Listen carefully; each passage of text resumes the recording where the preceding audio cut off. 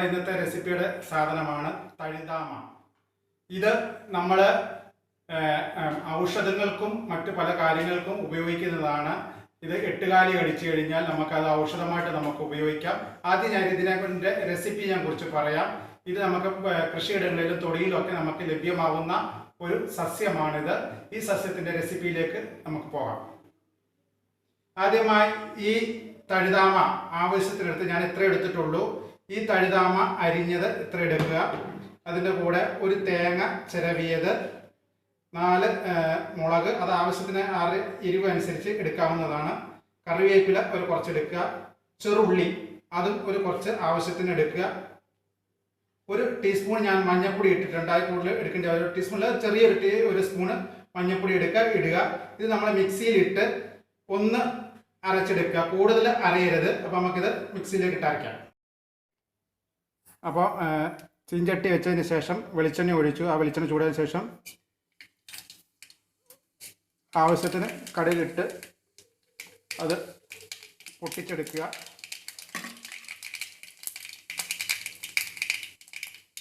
കടുക് പൊട്ടിയിട്ടുണ്ട്. അതിനകത്തോട്ട് നമ്മൾ അരിഞ്ഞെടുത്ത ചെറുള്ളി ഇട്ടിട്ട് നല്ലോണം മൂപ്പിച്ചെടുക്കുക.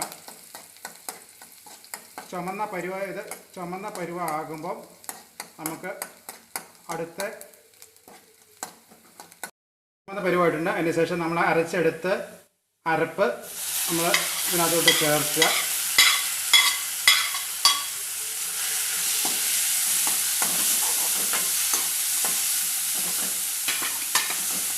നമ്മൾ മിക്സ് ചെയ്തതിന് ശേഷം നമ്മൾ എടുത്ത ചീരയില,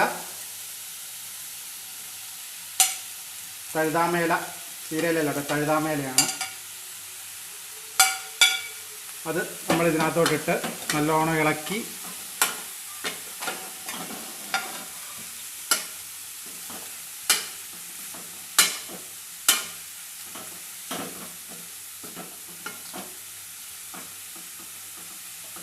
നമ്മൾ ഇത് ചെറു തീയിൽ നമ്മളിത് അടച്ചു വെക്കുക. അത്യാവശ്യം ആവി ഇതിനകത്ത് കയറിയിട്ടുണ്ട്.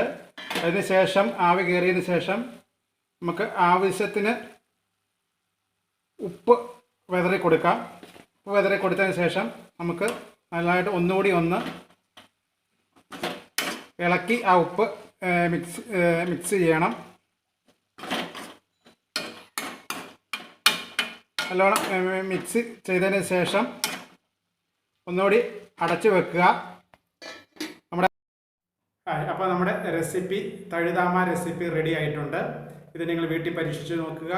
നല്ലതാണ്. വയറ് സംബന്ധമായിട്ടുള്ള എല്ലാ അസുഖങ്ങൾക്കും ഇത് നല്ല ഒരു റെസിപ്പിയാണ്. സിമ്പിളായിട്ടുള്ളതാണ്. നിങ്ങൾ ചെയ്ത് നോക്കുക. അപ്പോൾ ഇത് നിങ്ങൾക്ക് ഇഷ്ടപ്പെട്ടു എന്നുണ്ടെങ്കിൽ എൻ്റെ വീഡിയോ ലൈക്ക് ചെയ്യുക. അതിനോട് ചുമന്ന അക്ഷരത്തിൽ കണ്ട സബ്സ്ക്രൈബ് എന്ന ബട്ടൺ ഞെക്കിക്കഴിഞ്ഞാൽ എൻ്റെ വീഡിയോകൾ അപ്പോൾ നിങ്ങൾക്ക് ലഭിക്കുന്നതായിരിക്കും. അതിനോടുകൂടെ അതിനോട് ഒരു ബെല്ലൈക്കണുണ്ട്. അവത്തിൽ തൊട്ട് കഴിഞ്ഞാൽ നിങ്ങൾക്ക് നോട്ടിഫിക്കേഷനായിട്ട് ലഭിക്കുന്നതായിരിക്കും. അഭിപ്രായം കൂടെ നിങ്ങൾ രേഖപ്പെടുത്തണമേ. അപ്പോൾ ഞാൻ ഇതിൻ്റെ ഇപ്പോൾ ഒരു കൂടെ കാര്യമുണ്ടല്ലോ, 8 കാലി കടിച്ചു കഴിഞ്ഞാൽ ഇതിൻ്റെ ഇല എടുത്തിട്ട് മഞ്ഞളും അതുപോലെ തന്നെ തുളസി ഇലയും കൂടി, കൃഷ്ണ തുളസി ഇലയും കൂടി ചേർത്ത് അരച്ച്, വെള്ളം ചേർക്കാതെ അരച്ച് 8 കാലി കടിച്ച ഭാഗത്ത് തുടർച്ചയായിട്ട് ചെയ്ത് കഴിഞ്ഞാൽ 8 കാലി വിഷം ഇറങ്ങുന്നതായിരിക്കും. പരീക്ഷിച്ച് നോക്കുക. നല്ലൊരു ഔഷധമാണ്. അടുത്തൊരു ചാനലിൽ ഞാൻ ഒരു വീഡിയോ കൂടെ വരുമ്പോൾ ഗുഡ് ബൈ.